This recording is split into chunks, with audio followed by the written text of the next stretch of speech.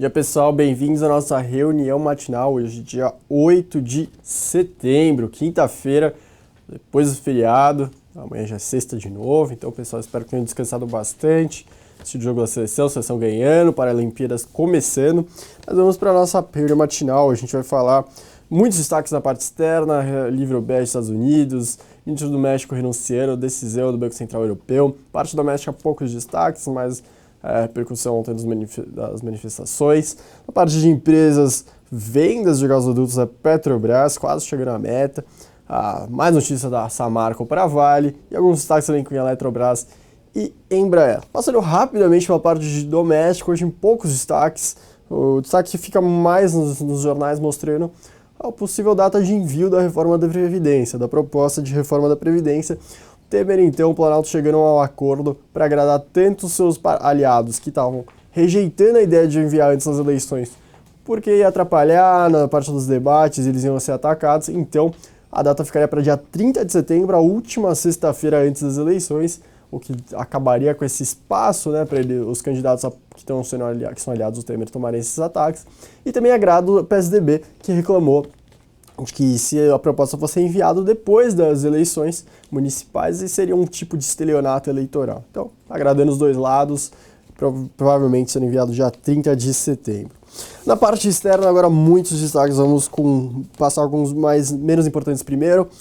Produção industrial da Alemanha em queda de 1,5%, expectativa era de 0,3%, então veio bem pior do que o esperado. A gente teve dois destaques de PIB, PIB da Austrália e PIB do Japão. O PIB do Japão teve uma alta de 0,7% no crescimento anualizado, a expectativa era de 0,2%, então veio bem melhor do que o esperado. E na Austrália, a alta de 3,3% na comparação anual e 0,5% na comparação com o primeiro trimestre, resultado do PIB da Austrália. A gente também teve de destaques os vice-presidentes do Banco do Japão falando que não descarta o corte de juros.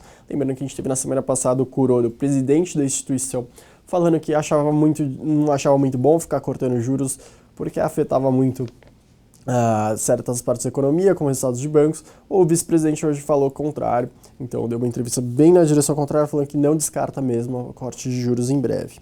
De destaque, a gente teve a renúncia do ministro da Fazenda do México, ele que era um ministro bem quisto pelo mercado, então as bolsas por lá reagiram bem negativamente ontem, a moeda do México também desvalorizou muito, ele estava fazendo uma série de reformas que estava agradando bastante o empresariado e os investidores.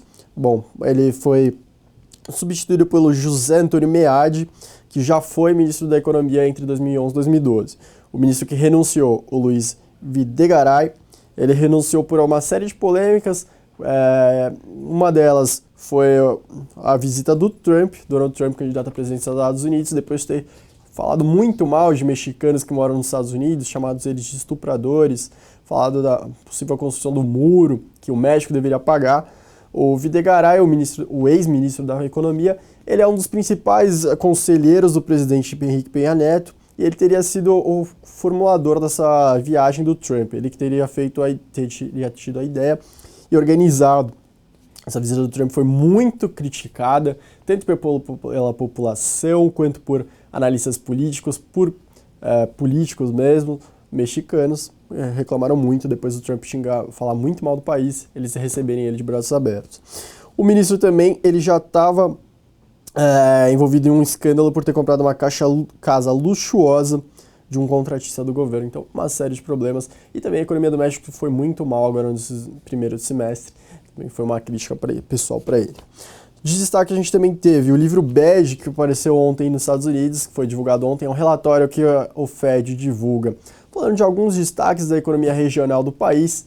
O livro bege trouxe um tom um pouco mais cauteloso com a economia, falou que o crescimento está num ritmo moderado, cresceu num ritmo moderado entre julho e agosto. Eles também destacaram que as eleições presidenciais que vão se concretizar em dia 8 de novembro, elas estão afetando negativamente a economia do país, estão impedindo que alguns setores e algumas regiões reajam e cresçam um pouco mais do que eu esperava, do que o normal, perdão. E por último, na parte internacional, a gente teve balança comercial da China, o superávit foi de 52 bilhões de dólares em julho, a expectativa era de 59 bilhões. A princípio era um resultado negativo, mas Por outro lado, as exportações recuaram 2,8%, a expectativa era de 4% de queda, e a surpresa muito positiva veio das importações que avançaram 1,5%, quando esperado era a queda de 5%. Fazia muito tempo que as exportações não subiam, então os mercados reagiram muito bem a esse indicador vindo da China. Antes de finalizar a parte macro, só um comentário, a gente teve algumas falas de membros, de dirigentes do Fed, entre ontem e hoje, fecharam as falas, semana que vem já entra aquele quiet period que eles não podem falar até o final da reunião, e até lá não tem nenhuma entrevista mais marcada, não tem nenhum discurso mais marcado, só se eles tiverem alguma entrevista por aleatório. E as falas hoje seguiram as tendências e os membros que são mais hawkish continuaram falando que são favoráveis à alta de juros, o que não é surpresa, o que não mexe muito com as expectativas dos investidores, mas um dos membros mais, digamos assim, indeciso, que ainda poderia mudar de lado, que não deu uma fala muito dura, e para as expectativas do mercado que não estão muito favoráveis, não estão colocando muito peso para uma elevação de juros agora na reunião do dia 21 de setembro, ele teria que ter falado bem mais incisivamente para dar a sinalização para o mercado que realmente a instituição está considerando. Então a gente reitera aqui que a gente não acredita em uma alta de juros agora na reunião de setembro, se acontecer algo só para dezembro. Vou passar agora para a Bruna com a parte das empresas. Com você, Bruna. Bom dia, pessoal. Mais um dia aqui. Obrigada, Gustavo. Vamos começar com Petrobras, então. Bom, a empresa deve levar até o final desse mês para o Conselho de Administração os termos finais da negociação para a venda da parte da malha de gasoduto que hoje é administrada pela NTS, a nova transportadora do Sudeste.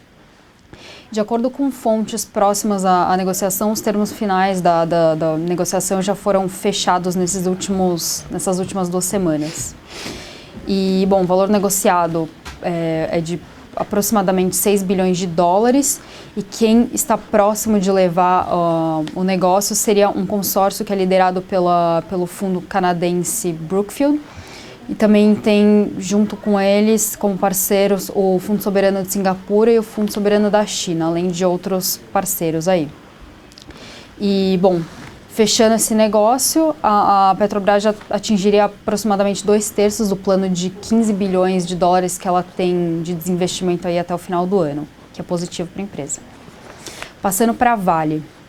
Os investidores estão processando a Vale numa ação coletiva em Nova York, reiteraram com um novo documento, na verdade eles contestaram a defesa colocada pela Vale no caso do acidente na barragem de Fundão, em Mariana.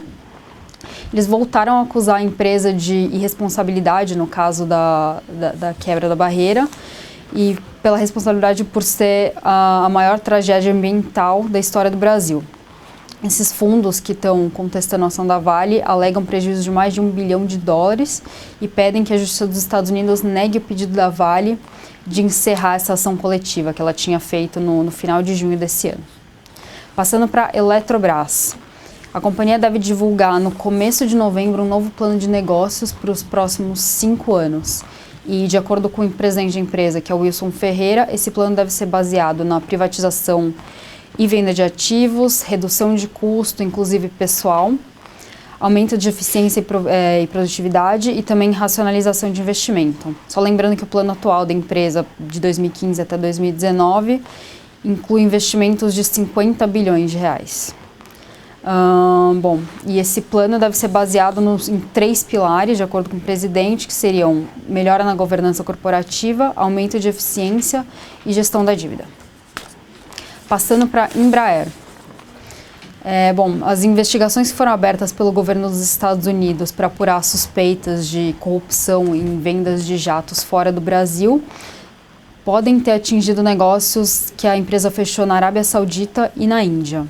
A empresa tem sido investigada desde 2010 pela Justiça dos Estados Unidos por causa de um contrato fechado na República Dominicana, pagamento de propina a uma das autoridades na venda de jatos para o governo. E de acordo com fontes, esses negócios, fontes da Folha, esses negócios fechados também na Arábia Saudita e na Índia estão sendo investigados agora. Então, a gente pode esperar um news flow meio negativo aí para a empresa nas próximas semanas. E por fim, para fechar aqui, passando para a educação.